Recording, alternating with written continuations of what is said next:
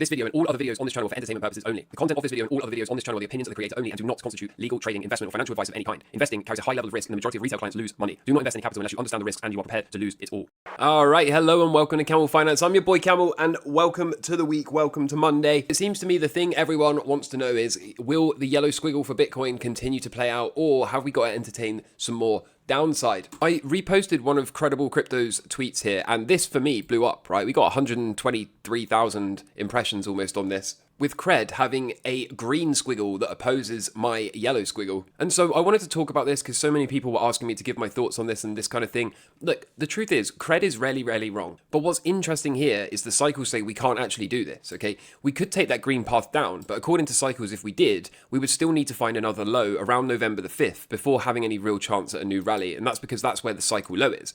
So assuming we did take this kind of green path down, okay, we would still be, what would that, I'm just approximating here, a good couple of weeks away from that November 5th time frame. So from a cycle perspective, if we were to move down, like this yellow downside squiggle suggests, we would still need to either continue down into around November 5th or get some kind of second pop to the upside before resolving to a new low.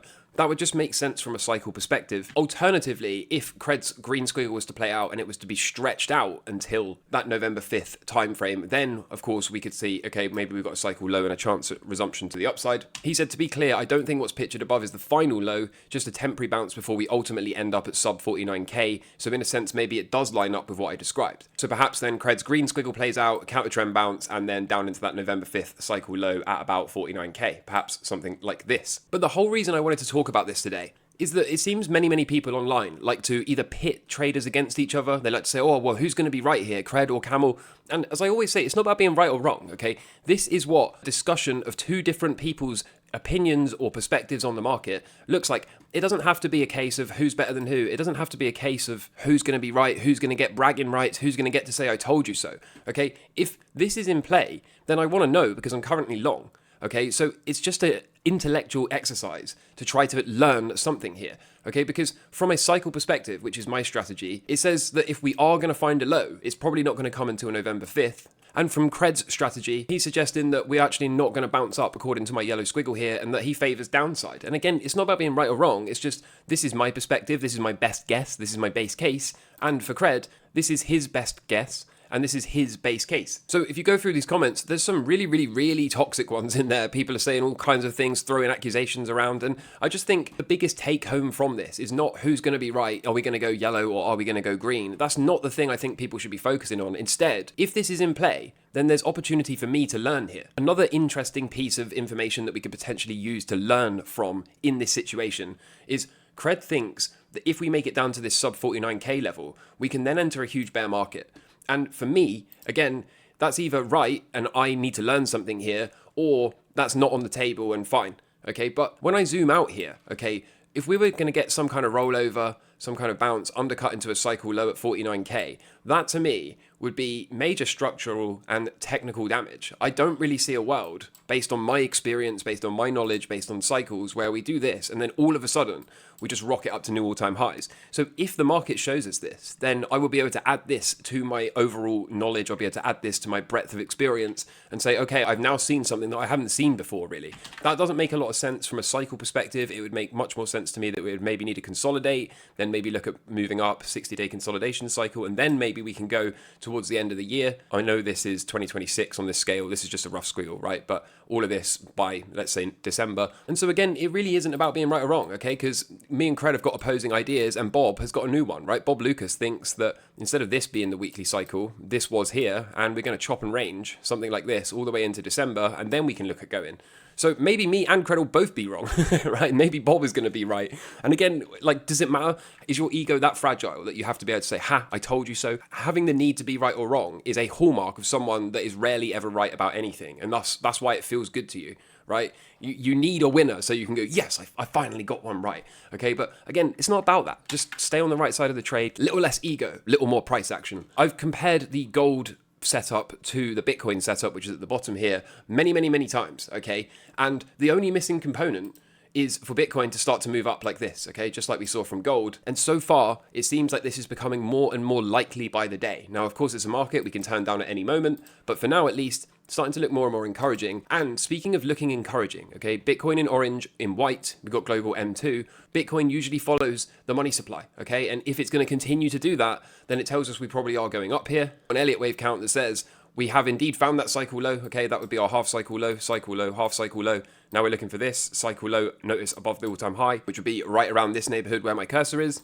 And then off we go to the races to new all-time highs to 100K plus Bitcoin. So multiple things here that I've shown you so far are all leaning towards having a good shot here at breaking to all-time highs. And all the while, okay, we do indeed want to be aware of a potential downside scenario unfolding, because by the time we get to here, we can say, okay, look out below. But inversely, by the time we get to about 70K, and I don't know Cred's exact invalidation level, but I would imagine it's around 70K. And by the time we get up to 70K, assuming we do, then Cred is going to have to invalidate his setup and flip bullish here. Just like if we move down from here, okay, we've done this ABC, we're now somewhere here. If we were to roll over and start to get to here, I'm going to have to invalidate my yellow squiggle. Again, not about being right or wrong, it's about being aware so you don't get blindsided. Wholly speaking though, I like the yellow squiggle. I like Big Mike's Elliott wave count here. This fits with my yellow squiggle. And of course, it's the same path, but from a different perspective. I like the fact gold is perhaps telling us what to expect from Bitcoin over the coming weeks. I like the fact that M2 is up and Bitcoin usually follows M2. Again, another one in our favor. And the last couple of things I wanted to touch on, okay, is I see this all the time. People are really confused by the difference between M2, inflation, debasement. People keep saying, Camel, you're never getting a recession because they're printing money, right? And the arrogance and hubris of this is just astonishing. But the US money supply did, objectively speaking, hit 21.17 trillion in August, which is the highest level since 23. Okay, good. So M2 is going up, money supply is increasing. And of course, that is historically bullish for markets because it finds its way into markets and because we get a debasement effect whereby the asset price isn't actually going up like it's perceived to, the dollar is moving down against it. And this also marks the fifth consecutive monthly increase for the US money supply.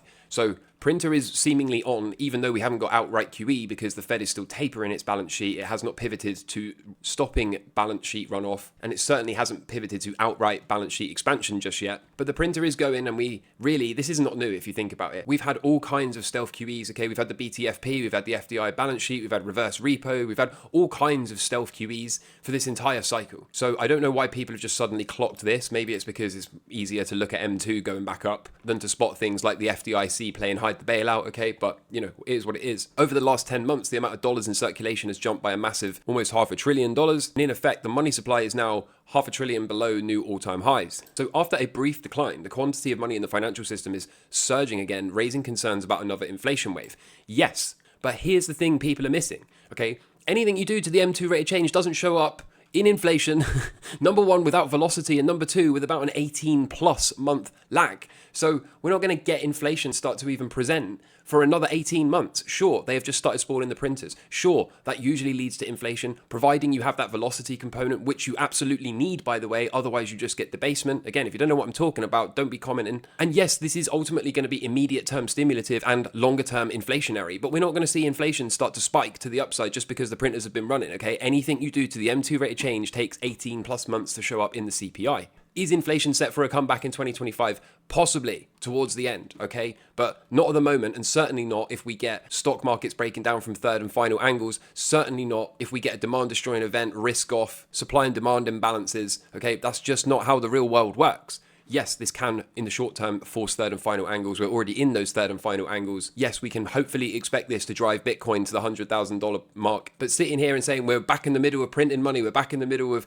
QE, we're Fed balance sheet expansion, it's completely bogus, okay? China's doing a bazooka, fine, but it always does around this time of year because it doesn't want people to go home to their families at Christmas and then badmouth the government and the economy, okay? They want everyone in high spirits, having made a bunch of money in the stock, so that when they sit down with their families at Christmas, they all have nothing but positive things to say about their totalitarian government. Meanwhile, okay, if you're a Camel Crew OG, why am I so fired up today? What is wrong with me? just deal with the passion. I hope you like it, right? If you're a Camel Crew OG, you will know for months we have been talking about China being the leading indicator, the risk continuing to be deflation. Everyone was going to get sticky inflation wrong. They did. Nobody thought we were going to be dropping to 2.5, then 2.4 of the CPI. We did. Nobody thought we were going to get that third and final leg down. Okay, and the whole time we've been pointing at China and saying they are 8 or 9 months ahead of us. Okay, now what do we see right before our eyes?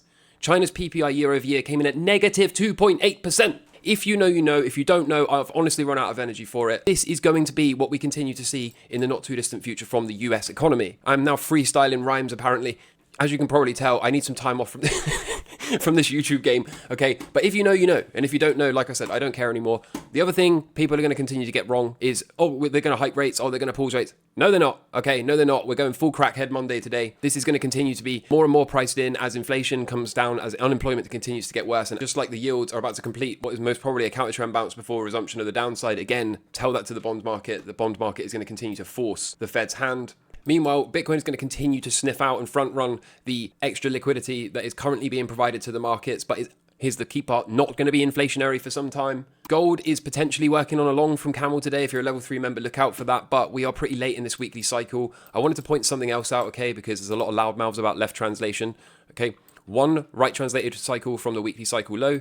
2, right translated daily cycle. 3, right translated daily cycle. So it only makes sense. The base case expectation would be left translation on that 4th cycle. Chaining 4 together gives you a weekly cycle low. And this is where the whole idea for left translation came from, okay? It's not me trying to be different. It's that we saw 3 right translated Bitcoin cycles, and thus, more often than not, the 4th one will left translate. Doesn't look like this one is going to left translate. It looks like this is going to be slightly more mid translated for Bitcoin, or even slightly right translated. But if you bet on this, okay, 3 rights and a left, or 3 rights and an earlier top, you will be right far more often than you are wrong. So for gold, therefore, the expectation is we are most probably going to see a left translated cycle. Do you want to play a short-term bounce? I'll leave that up to you. We've already wasted 3 daily candles finding the swing, looking to confirm that with a trendline break today. We should be looking for a day 9 or day 10 top at the latest. It's not uncommon for gold to top day 4 or 5, so this may not be a smart trade. It might be better to try to short into the weekly cycle low. If this thing is going to rip higher, of course, we're positioned in the member section via a silver miner position. We're going to continue to be adding to some of these positions. I mean, look at MicroStrategy go. What do you think MicroStrategy knows? This is institutions bidding this thing, not because it's a trap, not because they're trying to wreck retail, but because they're about to finally let Bitcoin go. That's what I think. I think MicroStrategy always knows something first. I think this is institutions knowing what's coming next for Bitcoin.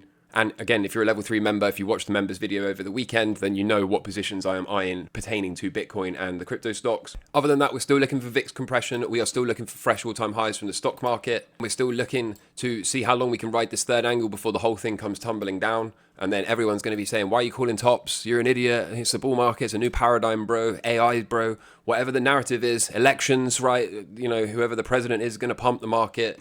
And it's going to be the most hated top of all time, just like it was the most hated rally of all time. And we're probably going to end up doing something akin to this.